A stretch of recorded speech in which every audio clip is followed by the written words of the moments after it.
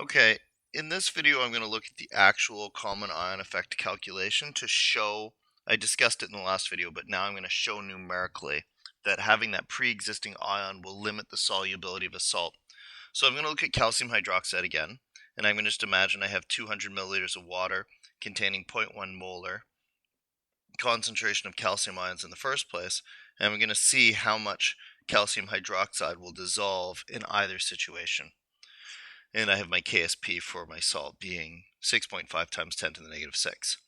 So I'm going to deal with pure water first, and I'll see how much calcium hydroxide will dissolve in pure water, and then I will repeat the calculation using my solution that has a dissolved common ion, and then I will show that there's less that dissolves in that.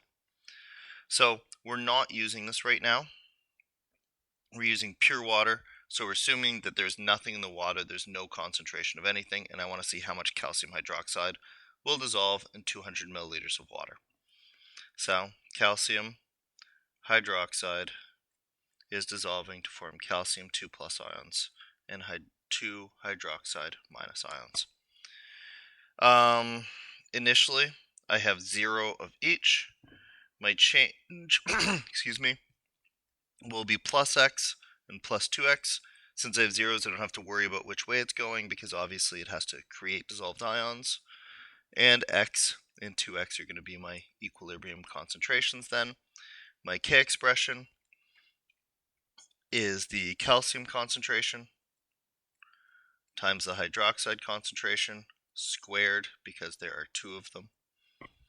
And so 6.5 times 10 to the negative 6 is going to make x calcium ions and 2x squared hydroxide ions, giving me 4x cubed over here, and then solving for x.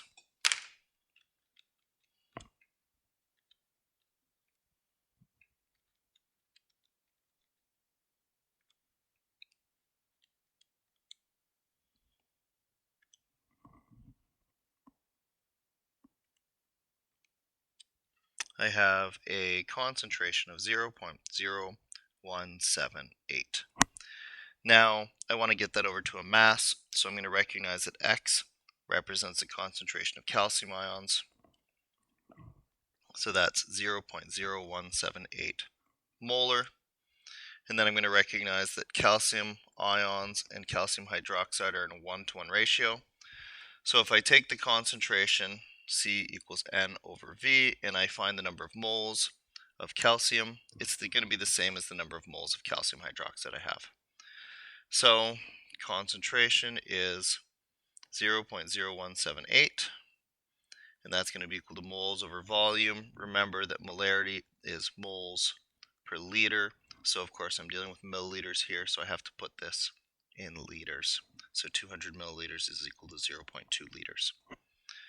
Okay, moles is equal to that times 0.2.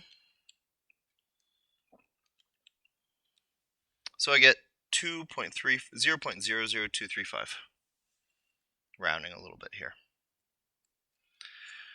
So finally, I can calculate the actual mass using moles equals mass over molar mass, which will be 0.00235 mass. Oh, keep in mind, this is my moles of calcium, but as I said, my moles of calcium are equal to my moles of calcium hydroxide. That should be at the bottom, because I have a 1-to-1 ratio here. So my molar mass of calcium hydroxide will be 40 plus 2 times 16 plus 1. So 17 times 2 plus 40, 74.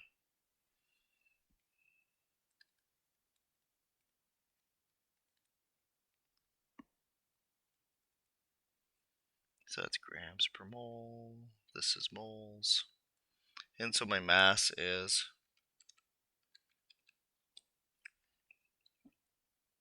0.1739 grams. So that's how much calcium hydroxide would dissolve in 200 milliliters of water if that water was pure.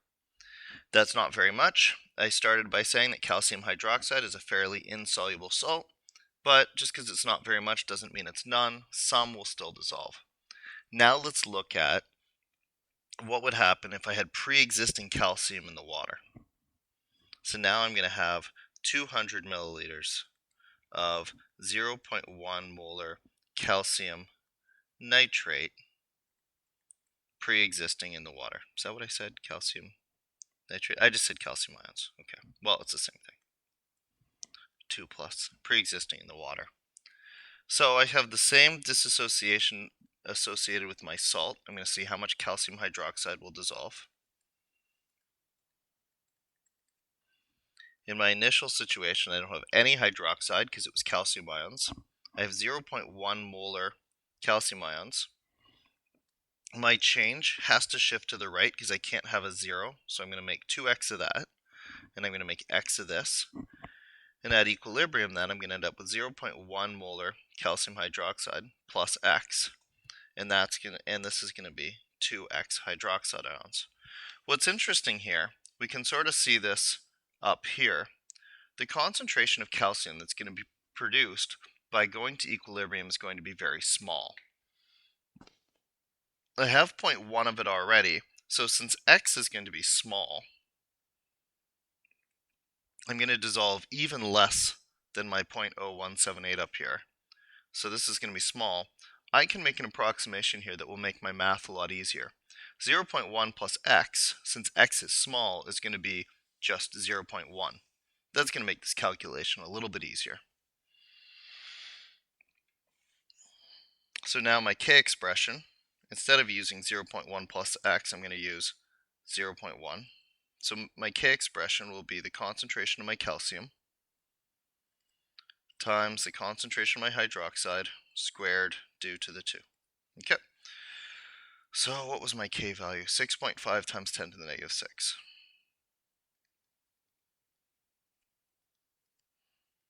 Calcium, the concentration will be 0.1 instead of 0.1 or 0.1 plus x, again ignoring that x. We'll check that assumption at the end to make sure it was good. And this will be 2x squared. So I end up with 0.4x squared on this side.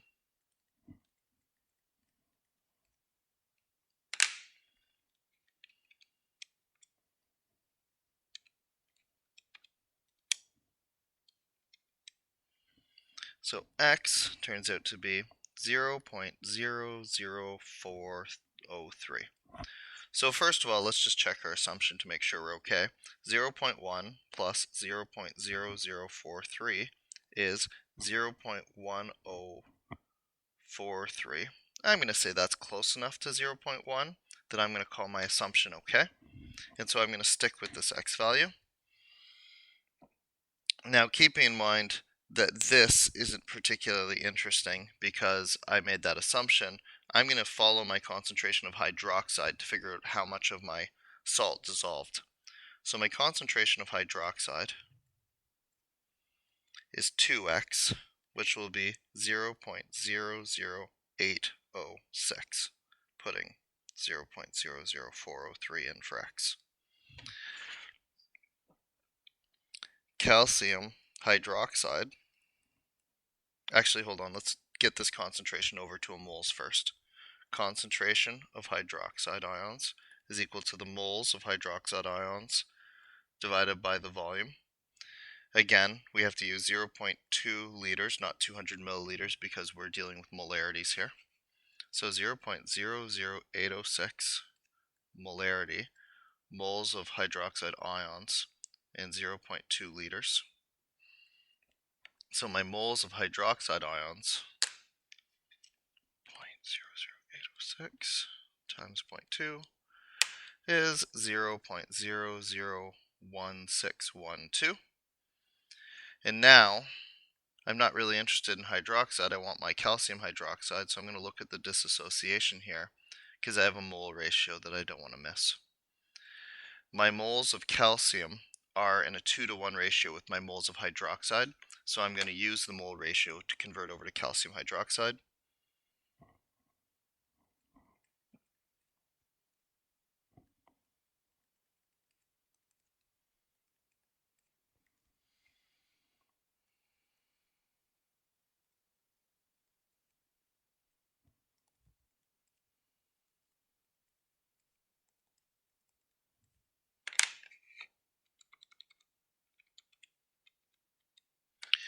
So what this means then is for moles of calcium hydroxide,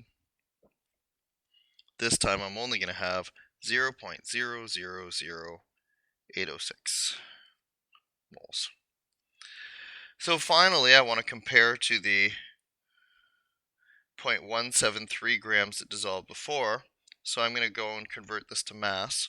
Moles of calcium hydroxide is equal to mass over molar mass. So 0.000806 equals mass divided by the molar mass of calcium, which I did before, was 74 grams per mole.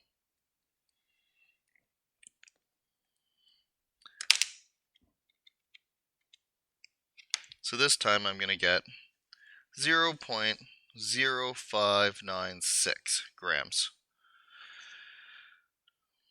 So with pure water, we were able to dissolve 0.1739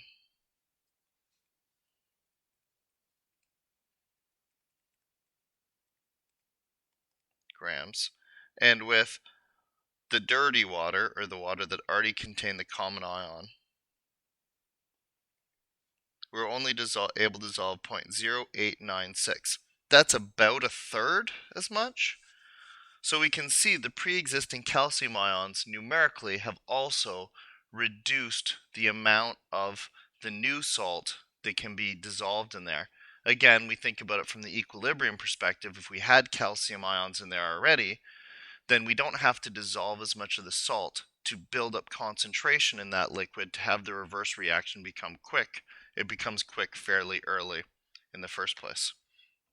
So that is how having a common ion can limit the solubility of a salt if it's put into a liquid.